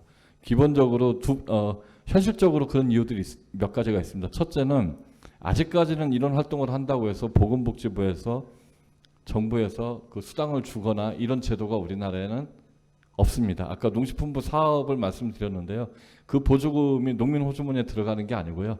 그 농장에 오시는 장애인, 어르신, 아동, 뭐 청년 이런 분들의 식비와 숙박비 이런 비용으로 대부분 지출이 됩니다. 사실은 농식품부 사업에 참여하시는 농민 입장에서 돈으로는 그렇게 뭐 큰 이익이 안 되고 다만 내가 보람 있는 일을 한다 이런 거죠. 이렇기 때문에 한 농장이 다 할 수가 없다는 거죠. 여러 농장이 연합을 해서 좀 십시일반으로 역할을 나눠서 하면 경제적 부담이 좀 덜 적을 수가 있다. 그래서 기본은 농사지어서 먹고 살면서 조금 곁을 내줄 수 있는 만큼만 내주자. 이러려면 협동을 해야 된다라는 말씀이고요. 두 번째는 특히 돌봄농업에서 장애가 있거나 발달장애가 있거나 정신장애가 있는 분들이 농장에 오시면 가실 데가 평소에 없기 때문에 어느 농장에서 초대를 하면 한 막 15분씩 이렇게 오면 사실은 그렇게 오신 분들 개인에게도 좀 아쉬운 점이 많습니다. 농민 한 명이 2~3명 데리고 차근차근 농사일도 알려주고 돌봐주고 이런 게 좋은데 10몇 명이 오면 뭘 어떻게 하겠습니까? 정신 하나도 없죠. 그러려면 농민들이 모여서 손님을 나눠 맞이해야죠. 역할을 분담을 해야 되고 그 다음에 조금 아까 말씀드린 것처럼 이 사회적 농장 활동에 참여할 노인, 장애인 등등 이런 분들을 만나려면 지역사회 안에서 다른 직능에 종사하는 분들과 만나야 됩니다. 이게 쉽지가 않습니다. 그래서 지역사회 안에서 그런 서로 다른 분야에 종사하는 분들이 만나서 의논할 수 있는 구조를 먼저 만드는 것 이런 것들이 필요하고요. 이렇게 보면 그리고 사회적 농업이 농장에 불러서 뭘 한다고 하는데 디테일하게 보면 자세하게 보면 할 일이 굉장히 많습니다. 농사 체험도 진행을 해야 되고 교육도 시켜야 되고 홍보 자료도 만들어야 되고 특히 장애가 있으신 분들 오시면 특별히 배려를 해야 되는 부분들이 많이 있습니다. 공부도 필요하고요. 이런 일들을 어떻게 나 혼자 농사 짓고 먹고 살기도 힘든 농민이 다 하겠습니까? 주변에 다른 기관에 계신 분들이 도와주셔야죠. 같이 하자는 얘기입니다. 이렇게 보면 사회적 농업은 확실히 어떤 섹터 부문 정책이 아닙니다. 우리가 포도농업, 배농업, 뭐 쌀농업 하듯이 사회적 농업 이렇게 볼 수가 없고 농사는 기본 농사 다 어느 품목 다양할 수 있는데 농사는 농사인데 지역사회 안에서 협동하고 좀 어려운 사람들을 포용해가면서 챙겨가면서 살자는 의미이기 때문에 어찌 보면 농업정책이 아니라 농촌정책에서 다뤄야 될 것 같습니다. 세 가지 중요한 포인트가 있습니다. 이런 사회통합, 사회적 포용이라는 이념을 추구하고 있고요. 농민과 사회복지기관 종사자, 농민과 교육기관 종사자, 서로 안 만나던 사람들이 새로운 사회적 관계를 맺어서 새로운 해법을 모색한다는 의미에서 사회혁신을 추구한다는 의미가 있습니다. 그리고 이런 일들은 결국은 연대와 협동이라는 가치 위에서 협력을 해서 진행을 해야 될 것이기 때문에 농촌에서 사회적 경제를 확장시킬 수 있는 밑바탕이 되기도 합니다. 이 세 가지가 중요한 관점이라고 보고요. 뭐 간단하게 넘어가겠습니다. 유명한 사례인데요. 오늘 김도현 센터장 오셨지만 홍성의 행복농장은 유기농 허브농사 비닐하우스 4동 가지고 농사 매출액이 5천만 원밖에 안 되는데 엄청난 일들을 해왔습니다. 지금 최근 몇 년 동안 정신장애인을 고용하기도 하고 프로그램을 하기도 하고 학교에 다니는 발달장애 청소년들에게 미래를 준비하기 위해서 농사 교육을 시키거나 돌봄을 제공하기도 하고 굉장히 많은 일을 했는데 농업 매출은 매출입니다. 수익이 아니고 5천만 원밖에 안 되는 조그만 협동조합이 이런 일들을 어떻게 하는가? 이유는 간단합니다. 그림에 보시는 것처럼 그 면에 그 군에 온갖 종류의 농민들과 단체들이 협력을 하기 때문에 가능한 겁니다. 그래서 지역 공동체 기반으로 가야 된다는 것이고요. 지금 농식품부 사업을 하고 있는 곳이 30개소가 있는데요.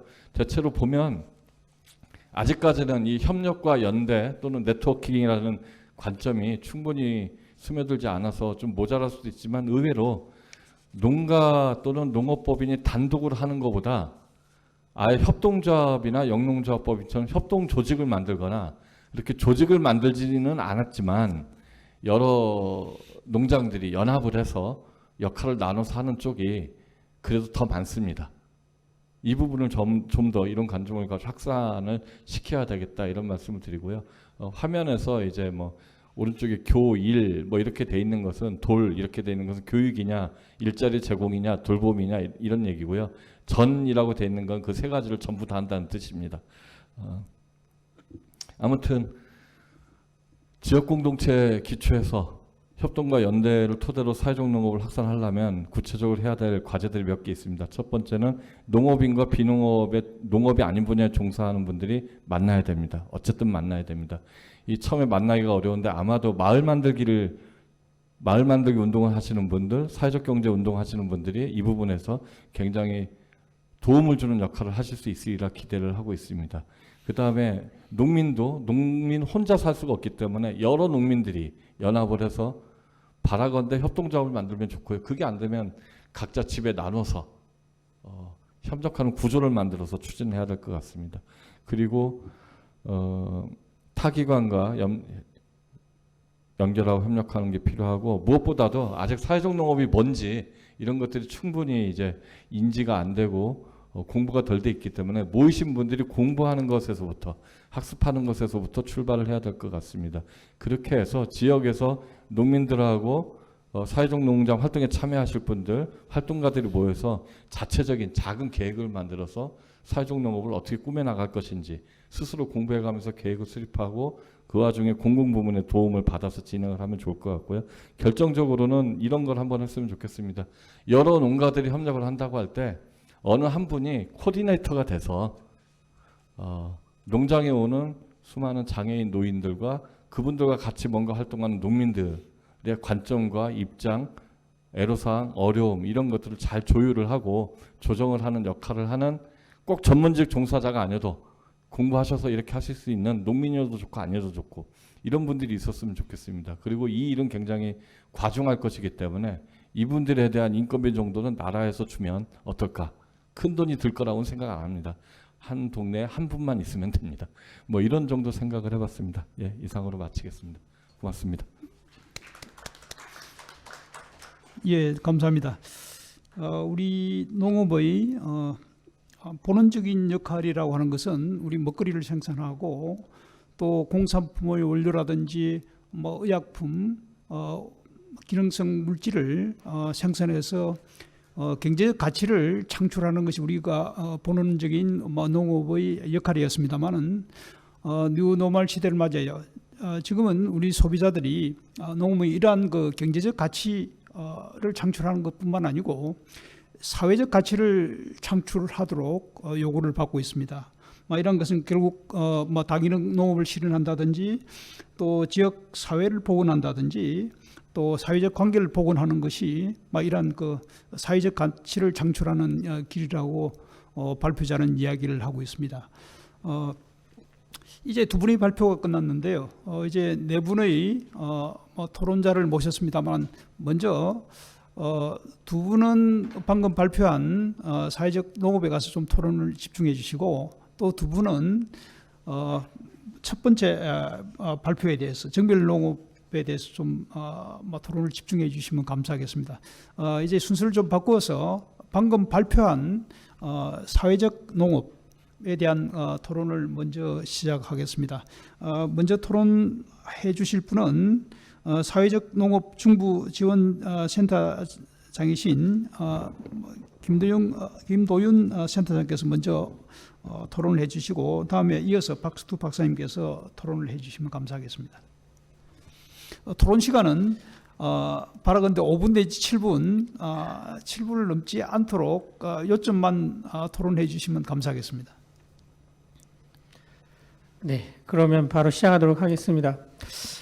조금 전에 이제 김정섭 박사님께서도 말씀하셨지만은 어떤 혁신적인 측면이 있습니다. 전혀 연결될 것 같지 않았던 농업과 사회복지하고의 만남, 결합, 더 나아가서 제도화까지 고민을 하는 것은 혁신이라고 할 수가 있겠는데, 그렇다면 제가 드리고 싶은 첫 번째 토론의 요지는 이게 농업만의 과제가 되어서는 안 된다는 겁니다.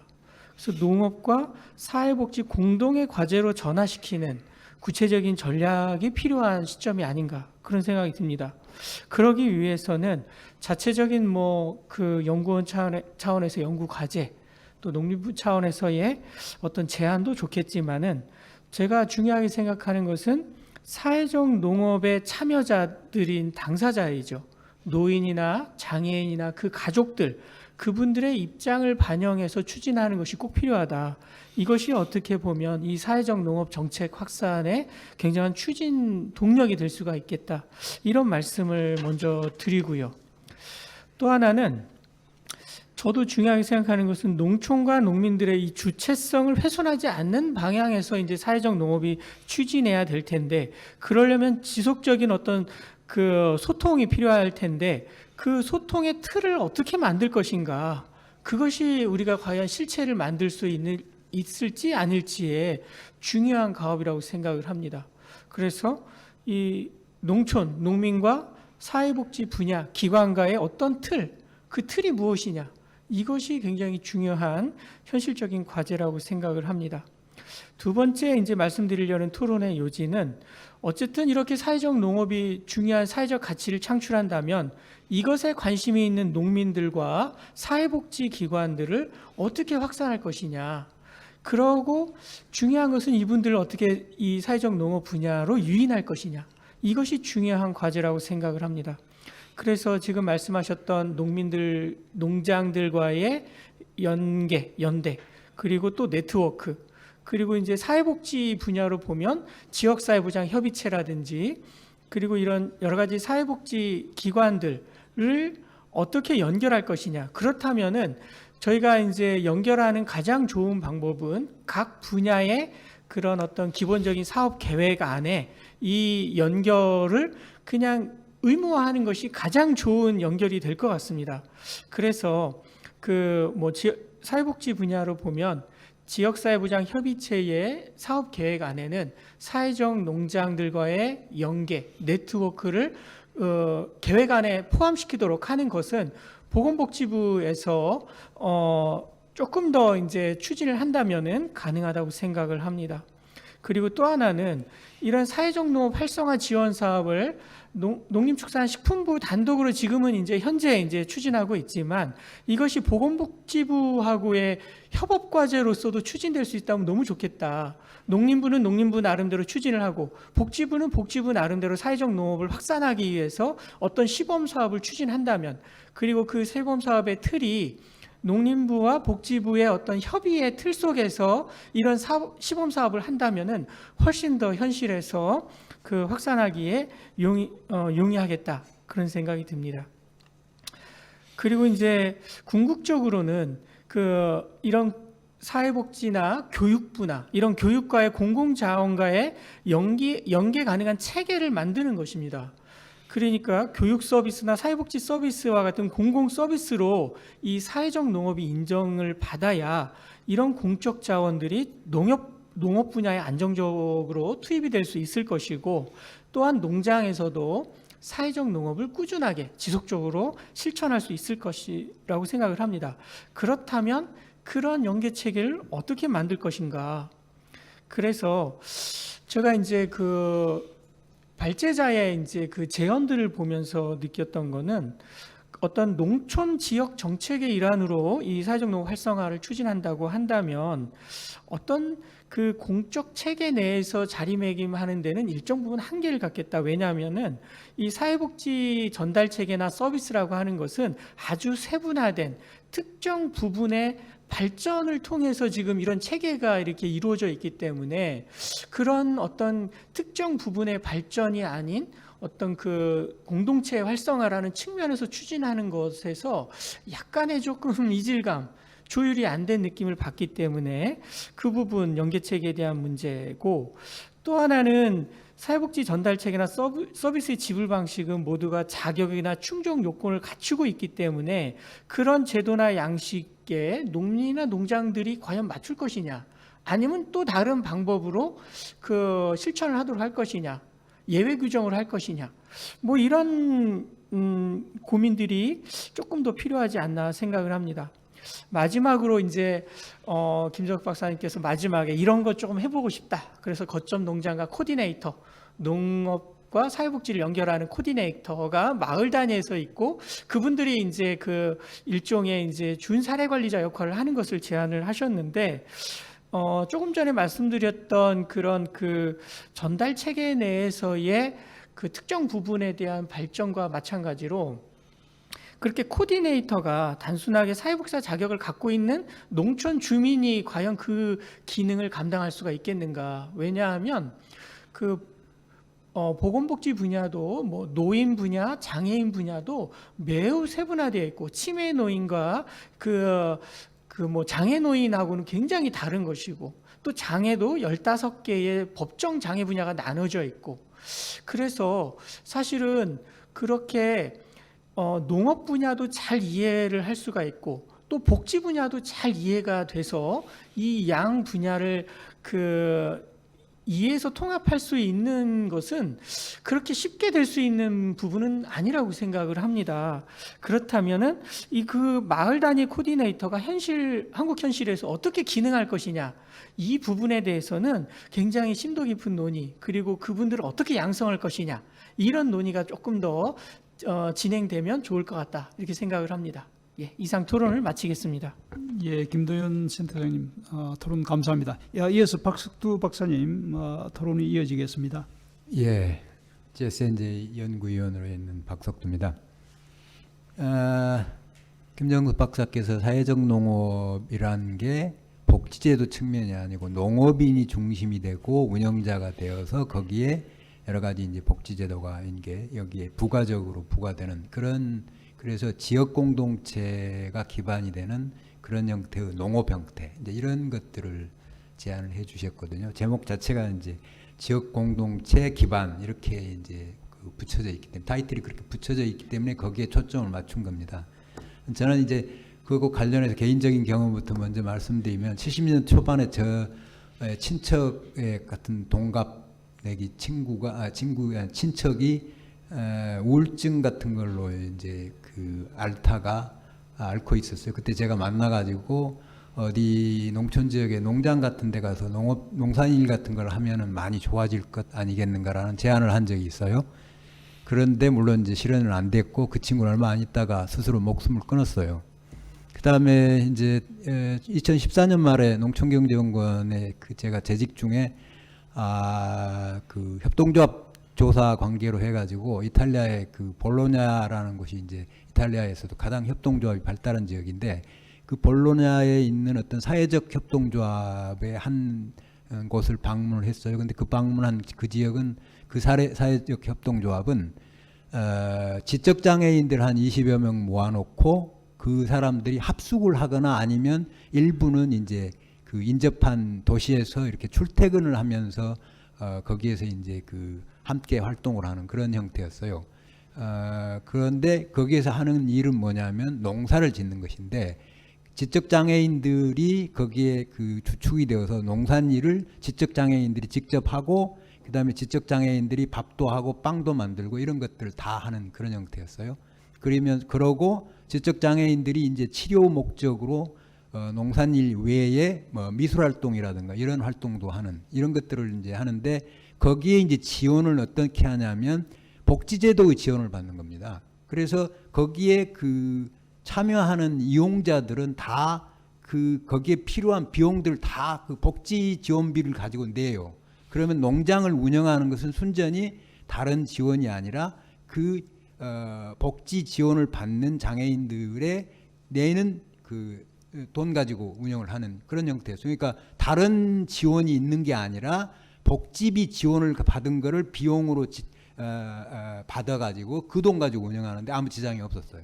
그래서 그런 걸 보고 대단히 인상적이었고 그런 데에서부터 많은 시사점을 얻었었죠. 근데 저는 이런 개인적인 경험을 토대로 김정숙 박사의 오늘 발표 내용에 대해서 몇 가지 말씀을 드릴 건데요. 짤막하게 몇 가지를 말씀드리겠습니다. 첫 번째는 아까 우리 김도윤 처장께서도 말씀을 하셨지만 저는 농업에 중심을 두는 그런 식의 사회적 농업을 농업에 중심을 두는 그런 사회적 농업으로서가 아니라 반대로 복지에다 중심을 두는 그런 사회적 농업으로 제안을 하고자 합니다. 그러니까 예를 들면 농업을 하는 것이기 때문에 이제 농업이라는 행위를 하는 것이죠. 그러나 목적 자체는 농업이 목적이 아니죠. 그 사람들 참여자들은. 그래서 그것은 치유가 목적이거나 일자리가 목적이거나 교육을 목적으로 하는 것인데 현재 사회적 농업의 가장 큰 한계 중에 하나는 일종의 영농 체험에 이제 그치고 있다는 거죠. 그러니까 예를 들어서 4박 5일을 한다든가 5박 6일을 한다든가 이런 식의 그러면 영농 체험과 다를 게 없는데 차이는 뭐냐? 지적 장애인이라든가 노인이라든가 또는 뭐 젊은 또는 귀농을 목적으로 하는 이제 젊은이라든가 이런 식 어떤 참여자가 대상이 제한된다는 그 차이가 있을 뿐이죠. 그래서 그런 정도 것들이 이제 문제가 그렇게 되니까 한계가 분명하다고 생각되고, 그래서 첫 번째로는 복지에다 중심을 두는 그런 식의 사회적 농업을 고려하는 것이 오히려 사회적 농업을 발전시키는데도 훨씬 더 많은 그 시사점을 줄 거다라는 생각을 하고요. 두 번째는 따라서 김정숙 박사께서 이제 그 타이틀 자체가 그런 거였고 하기 때문에 지역 공동체 기반의 사회적 농업 이렇게 말씀을 하셨거든요. 근데 이제 저는 좀 더 용어를 같은 용어를 빌리자면 복지제도 기반의 사회적 농업 이렇게 이야기를 하고 싶어요.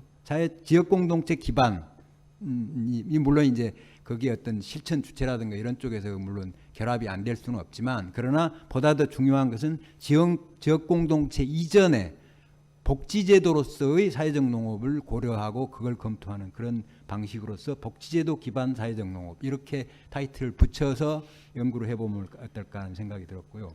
그다음에 세 번째로는 주체 문제에 있어서 이를테면은 행정부라든가 여러 가지 그 지역 내에서 여러 가지 그 협력 단체들이라든가 기관이라든가 이런 사람들은 지원 단체죠. 지원 기관이고, 그다음에 운영을 직접 하는 사회적 농업의 운영 주체는 농업인지 김정숙 박사는 제안이 이제 농업인이 필수가 돼야 된다. 그래서 농업을 하는 농업인이 운영 주체가 되겠죠.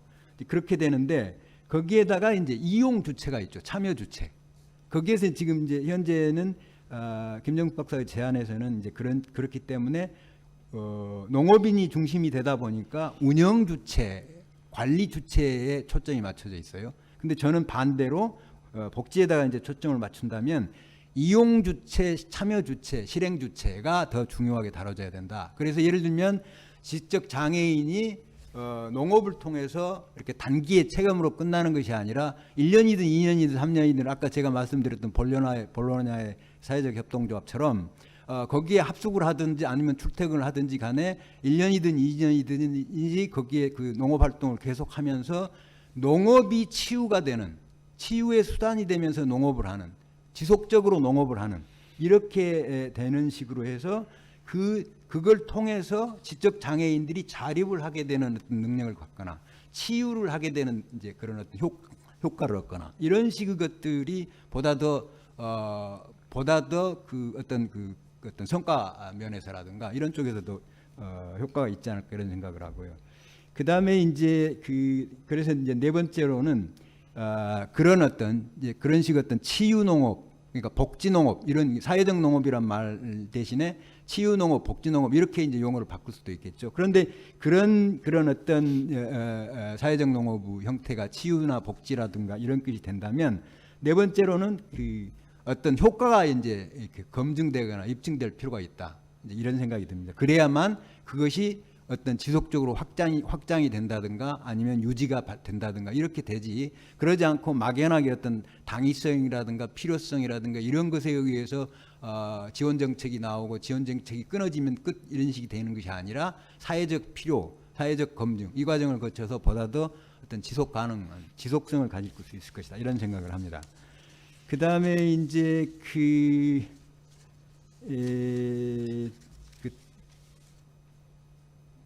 다섯 번째로 말씀드릴 것은 그러니까 이제 우리 김정숙 박사께서는 사회적 농업을 확산을 위해서 어떤 것들이 필요하다 이렇게 말씀을 하셨거든요. 근데 저는 이제 좀 뭐랄까요, 그 말꼬리를 붙잡자고 하는 것이 아니라 어떤 그 사고 확장을 위해서 사회적 농업의 확산이 아니라 사회적 농업의 가치, 사회적 농업이 지향하는 지향점, 사회적 농업이 유지되기 위한 유지 체계 이런 것들을 확산하는 쪽에다 더 초점을 맞추는 것이 어떤가. 달리 말하면 이제 이런 것이죠. 사회적 농업의 가치나 의 그리고 지향점은 사회적 통합 그리고 소통, 협력 이런 것들이거든요. 그럼 그런 것들이 이제 농촌 지역 공동체를 중심으로 해서 이루어져야 되고 그것의 확산을 위해서 예를 들면 사회적 농업도 한 분야가 되고 그 다음에 여러 가지 어떤 제가 말씀드렸던 어떤 복지에 기반한 어떤 그런 형태의 농업 또한 거기에 이게 어떤 역할을 할 수 있겠죠. 그런 생각을 해봤습니다. 이상입니다. 예, 감사합니다.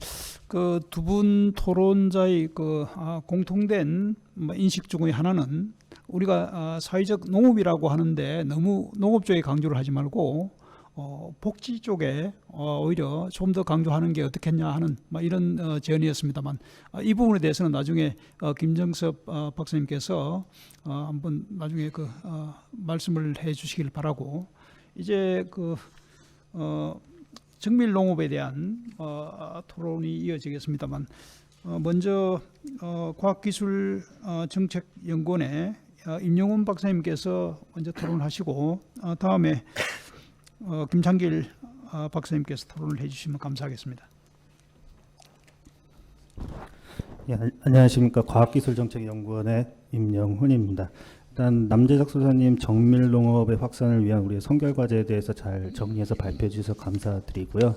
사실은 그 내용은 앞으로 우리가 추구해야 될 방향성이기 때문에 어떤 쟁점을 담고 있는 내용을 제시해 주시지는 않은 것 같아요. 그래서 제가 쟁점이나 어떤 그런 것보다는 제가 개인적으로 가지고 있는 정책 인식이라든가 소견 같은 걸 중심으로 말씀을 드리겠습니다. 일단 농업 농촌이 고령화되고 공동화된다는 거는 아주 오래전부터 강조돼 왔고 아무리 강조해도 지나치지 않는 것 같습니다. 그건 지금 우리가 직면하고 있는 현실이고요. 그래서 제가 예전에 우리 농경지를 우리 인구수를 한번 그냥 재미삼아 한번 나눠봤었는데 보니까 우리나라에서 제가 1년 동안 먹는 먹거리가 100평이라고 하는 농경지 안에서 1년 동안 제공이 된다라고 보여지더라고요. 그러면은 그 농경지라고 하는 100평이라고 하는 게 뭐 논도 있고 밭도 섞여 있을 거고 또 비옥하기도 하고 척박하기도 할 겁니다. 그러면 그 100평이라고 하는 땅 덩어리 내에서 특히나 우리나라와 같이 문화가 다양하고 식재료가 다양한 이런 여건 속에서 과연 100평이라고 하는 거 안에서 내가 필요한 그런 먹거리들을 제공받으려면 얼마나 농업이 정밀해져야 되는가, 이제 그런 생각을 해보게 되고요. 또 그렇게 본다면 결국은 지금까지 우리가 노동 생산성에 의존해가지고 우리 먹거리를 제공해왔던 방식에서 떠나서 이제는 토지 생산성을 높일 수 있는, 그렇다 보면 결국 어떤 시설이나 장비가 들어가고 정밀하게 농업을 해야 된다는 것은 당연한 방향성인 것 같습니다. 그래서 이와 관련해서 몇 가지만 좀 짚어보고 싶다, 같이 고민하고 싶다 하는 부분이 있는데요. 일단은 전환이 필요하다는 겁니다.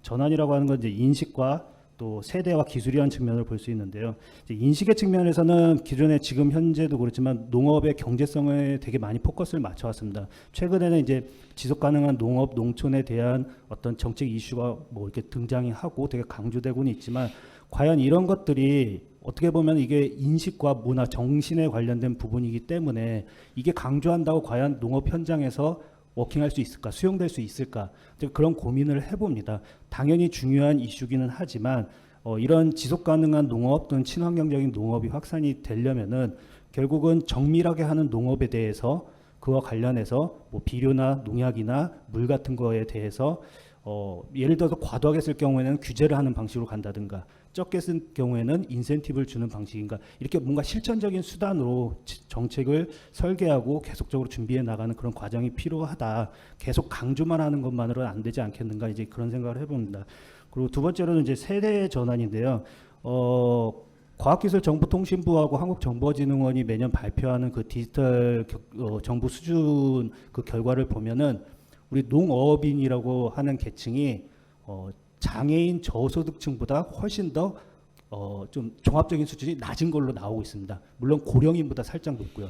그럼 우리 농업 농촌이 농업인으로 이루어져 있고 되게 고령화돼 있다라고 보면은 결국에는 이 디지털 수준이 많이 낮다. 그렇다면 이 정밀농업이 수용되기에는 좀 어려움이 있지 않는가, 이제 그런 부분들이 또 고민이 됩니다. 또 기술적인 부분에 있어서 전환이 필요한데요.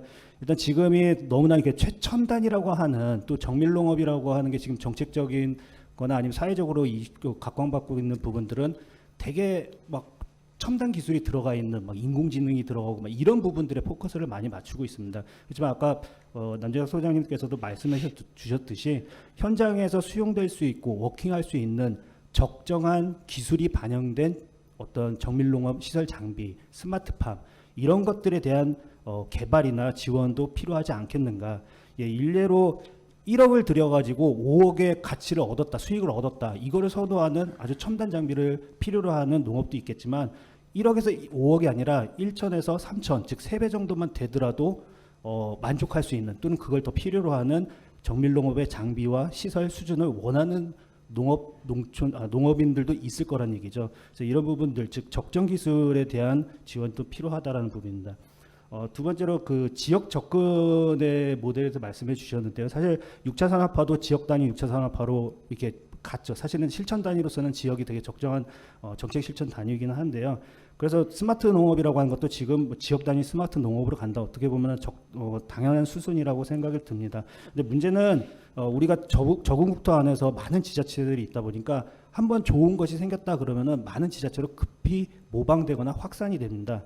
그래서 지금 이런 지역 단위 스마트 농업이 지자체의 어떤 재정 부담을 수반하면서 이렇게 급하게 확산이 될 경우에 지자체가 갖게 되는 재원 부담이라든가 재정적인 부담 부분, 이런 것들은 또 어떻게 볼 것이며, 또 지금 현재 우리 시장에서 과연 검증된 정말 적격성을 가지고 있는 업체들이 얼마만큼 있는가가 아직 확인되지 않은 상황에서 이렇게 확산된다면 결과적으로 부담은 부담대로 늘고, 그로 인한 농업 농촌의 피해는 농업인이 그대로 그 피해가 전가될 수 있겠다. 이제 이런 부분이 고민됩니다.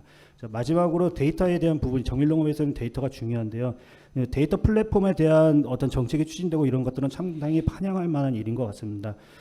과기부 중심으로 해서 지금 지원되는 것 중에 빅데이터 플랫폼 및 센터 구축 사업이라는 게 있습니다. 한 10개 분야 정도에서 한 72곳 그 정도 되는 센터 지원을 하고 있는데요. 데이터 플랫폼을 만들고 또 그것을 데이터 거래소를 통해서 시장에서 이제 활용될 수 있도록 확산해 가겠다, 데이터 생태계를 만들겠다는 게 취지인데요. 아쉽게도 농식품 먹거리 분야는 빠져 있습니다. 오히려 이제 농림부 중심으로 이제 뭐 어떤 빅데이터 플랫폼을 만든다라고 해서 새로운 조직도 신설하고 하긴 하는데, 결국에는 공공이나 행정 관리 감독 중심의 어떤 공공 데이터 플랫폼으로는 이제 시장으로 확산해 나가는데 한계가 있을 것이다. 데이터가 시장의 데이터도 좀 시장에서 워킹할 수 있는 그런 데이터 형태로 수집이 돼야 될 것이고, 또 이게 결국에는 적당한 비용을 내고 거래될 수 있도록 해야 그 농식품 관련된 데이터들이 좀 더 품질이 좋아질 것이다. 그걸 통해서 정밀농업이라는 것도 확산될 수 있지 않겠는가, 이렇게 생각을 합니다. 이상 마치겠습니다. 예, 감사합니다. 이제 김창길 박사님 토론을 듣도록 하겠습니다. 네, 서울대학교의 특임 교수를 맡고 있는 김창길입니다. 오늘 그 굉장히 중요한 주제이고, 또 GSNJ에서 벌써 2005년부터 15년이 됐네요. 굉장히 중요한 의미 있는 자리에 초대해 주셔서 이정환 이사장님께 특별히 감사를 드립니다. 정밀농업과 관련돼서는 앞에서도 뭐 우리 남재작 박사님께서 개념에 대해서 말씀을 하셨습니다만은, 우리가 친환경 농업 또는 뭐 저투입 농업 하면서 아마 1990년대 말 또 2000년대에 들어서 개념도 논의됐고, 또 이 분야에 대해서 남재작 박사께서 실제적으로 농촌진흥청에 계실 때 이런 연구도 아마 하신 것으로 알고 있습니다. 그래서 오늘 발표해 주신 내용은 특히 한국정밀농업연구소 대표를 맡으시면서 현장에서 또 현장 과제도 실행하시고, 또 현장에서 느낀 그 여러 가지 사항에 대해서 굉장히 그 방대한 내용이긴 하겠습니다만, 선결돼야 될 과제를 중심으로 말씀을 많이 해주셨습니다. 좋은 내용이 많고, 또 의성군의 스마트 농업 그런 사례도 제시를 해주셨습니다. 저는 그 구체적인 그 코멘트에 앞서서 오늘 뭐 대부분의 청중들이 정밀 농업이 좀 정밀하게 짓는 농사인가 이렇게 생각할 수도 있는데, 사실 정밀 농업이라는 것은 정확한 소스, right time, 그다음에 right place, right rate, 이렇게 옛날에 한번 제가 OECD에서 이럴 때도 뭐 이 정밀 농업에 대해서 논의를 했던 적이 있습니다. 오늘 이 용어는 스마트 농업이라는 용어도 쓰고, 또 에그텍과 관련된 최근에 그런 용어도 이렇게 병행해서 쓰고 있습니다. 그래서 저는 이걸 포괄적으로 쓰는 것에 대해서 그렇게 뭐 차별하거나 그렇게 하고 싶지는 않고요. 다만 농업 분야에서 우리가 보통 말하는 베스트 매니지먼트 프랙티스라고 그러는데, 그와 같은 게 가장 중심이 정밀 농업에 있다. 그래서 앞으로 여러 가지 스마트 농업이든 또 에그테크를 기반으로 한 농업이더라도 그 바탕에는 정밀 농업이 깔려 있다고 이렇게 볼 수 있겠습니다. 오늘 말씀해 주신 그 대체적인 내용들은 기술에 좀 포커스를 맞춰져 있습니다. 그래서 저는 사실 선결 과제에 관련돼서는 기술적인 측면 외에도 정책적인 측면 또 그것을 실제적으로 추진할 수 있는 인력적인 측면 그렇게 세 가지 측면에 대해서 간단하게 코멘트를 한번 하도록 하겠습니다. 아마 기술적인 측면에서는 오늘 남재석 박사님이 여러 가지 관련된 요소 기술에 대해서 설명을 하셨고 또 현장에서 느꼈던 사례들 또 그와 관련된 비즈니스 하는 뭐 여러 가지 센서 기술이라든지 또 뭐 ICT를 통합한 여러 가지 융합 기술에 대해서 설명을 해 주셨습니다. 그래서 나중에 제가 질문 플러스인데요. 이런 그 여러 가지 개발된 기술들 지금 아마 농촌진흥청에서 굉장히 많은 연구비를 투입해서 90년대 또 2000년대 많은 돈을 들였지만 그 현장에서의 정밀농업 기술 수준은 어떻게 되는지 남 박사님께서 나중에 한번 내가 지금 질문으로 먼저 드립니다만은 이 기술적인 수준과 관련돼서 많은 돈을 들였음에도 불구하고 현장에서 이렇게 피부로 느낄 수 있는 그런 정밀농업 기술 같은 것들이 좀 유리된 거 아니냐. 실험실이나 또 이런 쪽에서는 많이 이런 기술들이 적용되고 있습니다만은 그래서 이 현장에 적용될 수 있는 정밀농업 기술 수준은 아까 뭐 해외에서 수입해오는 요소 기술도 말씀을 하셨는데 그래서 그 최근에 뭐 드론을 이용한 여러 가지 기술도 있고 많이 있습니다만은 좀 기술적인 측면에 대해서 나중에 좀 설명을 현재 수준은 어떻게 되는지 말씀을 해주시기 바라고요. 저는 정책적인 측면에 대해서 오늘 좀 강조해서 말씀을 드리도록 하겠습니다. 사실 모든 것들이 기술이 개발이 되더라도 그걸 정책화되지 않으면 그것은 현장에서 작동될 수도 없고 또 여러 가지 어려움이 많습니다. 제가 농촌경제연구원 근무할 때 그 환경농업 연구팀장을 맡고 있었던 때로 기억을 하는데 친환경농업의 개념, 시스템 전환, 뭐 이종환 이사장님 당시 원장님으로 계셨습니다만은 그때 여러 가지 그 농업과 관련된 저투입 농업, 친환경 농업 이런 걸 많이 강조를 했습니다. 물론 정밀 농업도 그 중에 하나라고 이렇게 볼 수 있을 테고요. 그러나 정책 담당자들이 머릿속에는 친환경 농업은 비료와 농약을 적게 쓰는 농업보다는 쓰지 않는 어떤 유기농업이라고 그럴까요? 무농약이라고 그럴까요? 그런 쪽에 대한 패러다임이 많이 있었는데 이제는 디지털 시대고 또 이런 여러 가지 기술들이 좀 많이 개발되어 있기 때문에 이제는 정책 패러다임에서 정밀 농업을 깐 그런 친환경 농업 이런 쪽으로 패러다임이 바꿀 필요가 있겠다. 그를 위해서 아까 말한 여러 가지 인프라라든지 또 농업 분야에서 다뤄야 될 중요한 기술 같은 것들도 다뤄야 되겠다는 것을 강조해서 말씀드립니다. 그러니까 패러다임이 좀 바꿔야 되는 거 아니겠느냐. 그를 위한 여러 가지 인프라, 뭐 아까 물 관리 특별히 말씀하셨습니다만은 그 다음에 중요한 건 저는 인력적인 측면이라고 봅니다. 사실 이 같은 것들은 아무리 좋은 기술이라도 그것을 기술에 보급하고 현장에 적용할 수 있는 지도사 또는 뭐 농촌농업기술센터 뭐 이런 분들에 대한 지도 인력에 대한 교육도 중요하지만 이 농업인에 대한 교육도 이러한 과학기술을 수용할 수 있는 개발된 기술을 농민을 위한 보급할 수 있는 이런 것들에 대해서도 우리가 상당히 관심을 갖고 정밀농업을 추진해야 되겠다 생각을 합니다. 그래서 마지막으로 종합해서 말씀드리고 싶은 것은 지금 문재인 정부가 한국판 뉴딜을 얼마 전에 발표를 했고 또 농업 분야는 뭐 여기에 들어갔느냐 안 들어갔느냐 여러 가지 논란이 많이 있습니다만은 저는 이제 디지털 강소농이라는 용어가 최근에 많이 쓰이고 있습니다. 그래서 차제에 오늘 여기 정책 담당자 방송을 통해 혹시 들을지 모르겠습니다만은 좋은 기회라고 생각을 하고 그래서 여기 한국 이 정밀농업 오늘 발표된 이런 걸 깔 수 있는 어떤 디지털 뉴딜 사실 이게 정밀농업은 그린 뉴딜하고 디지털 뉴딜이 뭐 다 포함이 돼 있기 때문에 하나의 좋은 사례가 될 수 있다. 그래서 앞으로 물론 대규모 농가들은 알아서 잘하고 있습니다. 그래서 이 소농에 맞는 정밀농업 이런 것들을 좀 잘 이번 한국판 뉴딜에 담아서 한 농업을 디지털 시대에 이렇게 혁신할 수 있는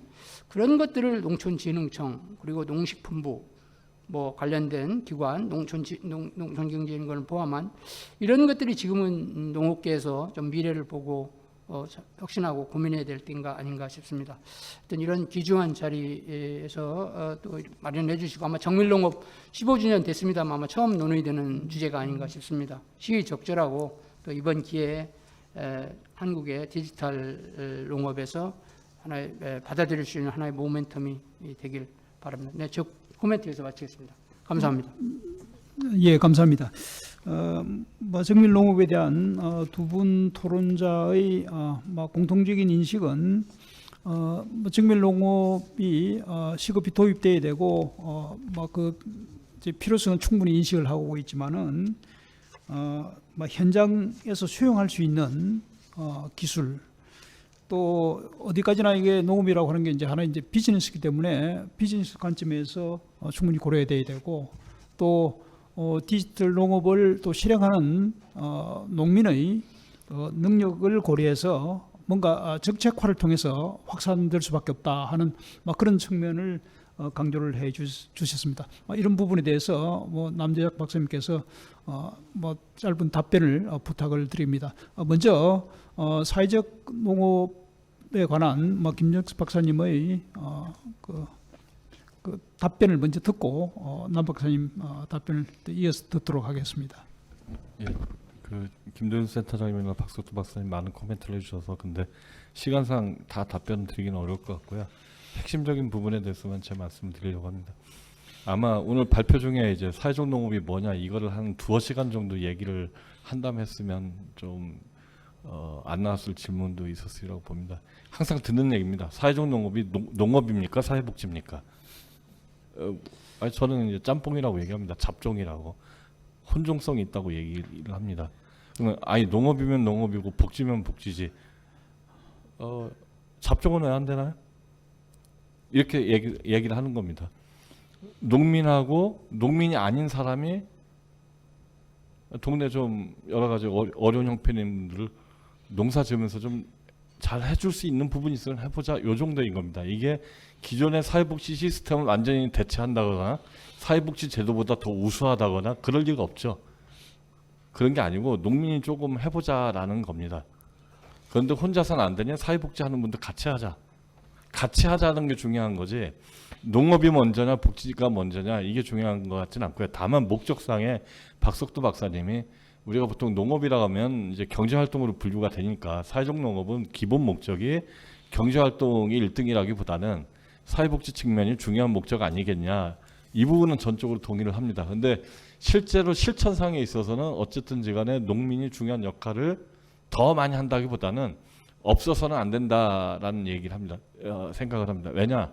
한국적 현실이 그렇습니다. 첫째는 어느 복지기관, 그러니까 가정을 해보면 농민들은 사회복지 하지 마세요. 보건복지부가 다 훌륭하게 해줄 테니까 농업은 농민들 안 나서도 됩니다.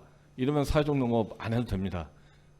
그런데 사회적 농업 얘기가 나오는 건 농촌의 사회복지의 여러 가지 시스템의 촉수가 워낙 적고 기반이 없고 사회복지사가 훌륭한 분들이 농촌에 많이 안 오셔서 그러면 농민이 그냥 두고 볼 수 없으니까 전문성은 없지만 조금이라도 좀 해보겠다 이런 겁니다. 그래서 농민이 필요한 거고 왜냐하면 농민 숫자가 제일 많으니까요. 그리고 이게 사회적 농업인 한 농사를 지어야 될 거 아닙니까? 농사 아무나 못 짓는 거니까 농민이 필요한 거고요. 그리고 현재로서는 이탈리아처럼 이렇게 장애인이나 이런 분들이 와서 협동조합으로 농장을 만들어 농사를 하는데 사실은 복지기관인 거죠. 이렇게 한다고 할 때 정부가 지원해주는 제도가 우리나라에 없습니다. 그러면 그건 앞으로 그렇게 됐으면 좋겠는데 5년이 될지 10년이 될지 그런 제도가 나오기까지는 기간이 걸릴 테고 그동안에는 농지 갖고 있는 농민이 내 농장을 활용할 수밖에 없겠다. 근데 나도 먹고 살아야 되니까 농사를 다 작파하고 복지만 할 수는 없는 거니까 현 단계로서는 농민의 역할이 상당히 중요하다. 근데 농민 혼자 할 수 있다는 얘기는 아닙니다. 이 정도로 좀 말씀을 드리고 싶고요. 이제 김도윤 센터장님이 아까 코디네이터 얘기할 때 이제 항상 전문성 얘기가 나오거든요. 이게 전문성 얘기가 나오는 게 그런 거거든요. 사회적 농업한다, 농민 이런 거 하자 그러면 복지 쪽에서는 그런 분들이 많아요. 사회복지 쪽에 전문성이 없는 농민이 무슨 복지 서비스를 하냐. 그럼 이런 얘기를 할 수 있죠. 그럼 안 할 테니까 전문성 있는 사회복지사를 농촌에 많이 보내주세요. 안 보내주거든요. 저는 전문성을 좀 희생하고라도 누구든지 나서면 코디네이터나 이런 역할을 잠정적으로 좀 하는 게 필요하다 이런 정도 주장이고요. 이 부분이 더 전문성을 개발하고 배우고 정부가 지원해주고 인력을 파견해줘서 아주 훌륭한 인물들이 그 농촌에서 활약을 한다면 그게 꼭 사회적 농업이 아니어도 훌륭한 사회복지 실천이면 다른 분야도 좋다고 생각합니다. 이 정도로 말씀드리겠습니다. 예, 감사합니다. 이제 남 박사님. 네, 먼저 네네 임 박사님 좋은 말씀 감사드립니다. 예, 김 원장님도 좋은 말씀 감사드리고요. 먼저 김 원장님께서 말씀하신 건 우리나라의 그 현장의 정밀농업 수준에 대해서 어떠냐. 사실 이게 참 눈에 보이는 게 사실 잘 없거든요. 우리가 온실에 가보면은 농민들이 사실 지금 현재 수요는 뭐냐 그러면 그 농사일이 힘들다 보니까 그걸 좀 쉽게 해주고 그 다음에 또 굉장히 번거롭지 않습니까? 농사를 짓다 보면 한번 농장을 떠나기 굉장히 어렵습니다. 이런 걸 대체해주는 원격 기술 같은 것, 이런 것들은 원격 관리 기술 같은 것들은 이제 굉장히 시설 농가나 축산 농가 굉장히 많이 보급됐습니다. 노지에서는 뭐 트랙터 같은 농기 기계화도 굉장히 많이 진행됐고요. 그러니까 정밀 농업의 키라 그러면 이제 우리가 그 데이터에 기반한 어떤 측정에 기반한 방식인데 이것들도 굉장히 저는 현장에서 많은 변화가 있다고 생각하는데 왜 못 느끼냐 그러면은 어떤 일이 일어날 완전히 새로운 전환이지 않습니까? 지금까지 기존의 농업과는 완전히 새로운 전환인데 이건 어떤 수준에 도달하기 전까지는 이게 그 뭐라 그럽니까 어떤 임계점이라 그러는 거 있잖아요. 물이 끓기 전에 계속 있을 때까지는 우리가 전혀 못 느끼는 거죠. 물이 끓기 시작해 버리면 이제 그때는 물이 끓는구나 이제 느끼기 시작하는 것처럼 사실은 그러니까 다양한 방식으로 이제 접근이 이루어지고 있습니다. 예를 들면은요. 그래서 아까 전에 몇 개 발표에 소개드렸듯이 어떤 시장 쪽에서 먼저 이렇게 눈에 보이는 것들, 시장을 분석해서 공공의 데이터를 다 끌어모아 가지고 시장 정보를 활용하는 방식, 끌어모으는 방식. 이것들은 이제 가시적으로 이제 눈에 들어온 거죠. 이미 뭐 다른 분야에 다 있었던 것들이고요. 나머지도 이제 이 사업화 모델적으로 점점 더 정교화돼가고 있다는 게 느껴집니다. 근데 아직까지 말씀처럼 데이터 부분에서는 그러면 이 판단을 통해서 할 수 있는 데까지는 갈 거냐? 이거는 아직까지 상당히 많은 시간이 필요할 거라 생각하고 있거든요. 기본적인 기술들은 많이 개발되어 있는데 이것들이 축산이라든가 이제 시설 원해 같은 경우는 조만간 이제 우리나라에 사지 않으면은 해외에서 들어와서 먼저 시작할 가능성도 있는 거죠. 그래서 우리나라 가든 누가 하든 상관없이 축산하고 이쪽 원해 쪽 시설 원해 쪽 큰 분야에서는 조만간 이제 그런 분야에 대해서 약간 피부로 느낄 수 있을 정도로 곧 보게 될 것 같고요. 그것도 지금까지는 이제 주로 이제 그 채소라든가 작물 쪽에 많이 갔었는데 점점 더 이제 특용 작물 쪽이 있지 않습니까? 그 제약의 원료가 되거나 이런 미용의 원료가 되거나 이런 식으로 소재 산업 쪽으로 이 정밀 이런 방식이 훨씬 더 결합돼서 이것들은 조만간 이제 우리가 이렇게 눈으로 확인하게 될 것 같고요. 노지 쪽은 아직까지 말씀처럼 상당한 시간이 더 필요할 것 같습니다. 그러고 근데 이런 거는 조금 더 이제 많은 기간이 필요할 것 같다는 말씀드렸고 그래서 그거를 단축하기 위해서는 그럼 어떤 국가가 말씀하신 것처럼 정책적으로 이제 임영훈 박사님 말씀한 것처럼 정책적인 어떤 기술의 전환이 일어나기 위해서는 외부적인 조건이 필요하지 않습니까? 정책적으로 그럼 예를 들어서 경축순환 농업이 강하게 강제가 된다든가 아니면 기후 위기에 대응해 가지고 우리가 이제 그 물 사용량이라든가 아니면은 자원 사용량 같은 것들을 강하게 이제 규제가 들어오는 상황을 생각해 볼 수 있는데요. 그런 정책적 압력이 하나가 필요할 것이고 그 다음에 다른 하나는 이제 그럼 그 시장의 압력이라고 하나는 생각하고 있거든요. 그래서 시장의 압력은 아마 뭐 어떤 농민들이 직접 느끼는 것도 있을 수 있습니다. 왜냐하면 이게 시장처럼 이렇게 이력이 되는 이런 식으로 이제 디지털 망에 들어와 있는 농민들이 있고 그렇지 않은 생산자들이 존재하는 것이죠. 이 생산자들이 지금 현재는 크게 못 느끼는데 이제 점점 더 크게 느낄 거다. 축사는 제 느낌으로는 축사는 아마 이런 변환이 조만간 일어날 거라는 생각이 들더라고요. 그래서 이 네트워크에 들어와 있는 축산과 그렇지 않은 축산이 이제 점점 더 구분돼가는 아주 그 임계점에 거의 다다르고 있다는 느낌이 들고 있습니다. 그래서 이런 것들이 이제 근데 우리가 이제 그런 걸 느낄 때는 굉장히 이미 이제 어떤 보면 뭐라 그러죠? 디지털 기술의 특징이 그렇지 않습니까? 우리가 눈으로 보는 순간에 이미 이제 모든 게임이 끝나버리는 거죠. 그 디지털 기술에 들어갔냐 들어갔지 않냐면 굉장히 엄청난 차이가 존재하는 거거든요. 그래서 그런 부분을 막기 위해 가지고 그럼 우리는 어떤 식으로 그럼 이제 국가가 어떤 부분에 대해서 국가가 챙겨가야 될 것들이 뭐고 정책적으로 우리가 그러면은 정책 목표를 어떤 식으로 달성하기 위해 가지고 기술을 어떻게 활용할 건가 하는 것들에 대해서 좀 더 많은 역할이 필요하다. 아마 이게 제 논지였던 것 같습니다. 예, 감사합니다.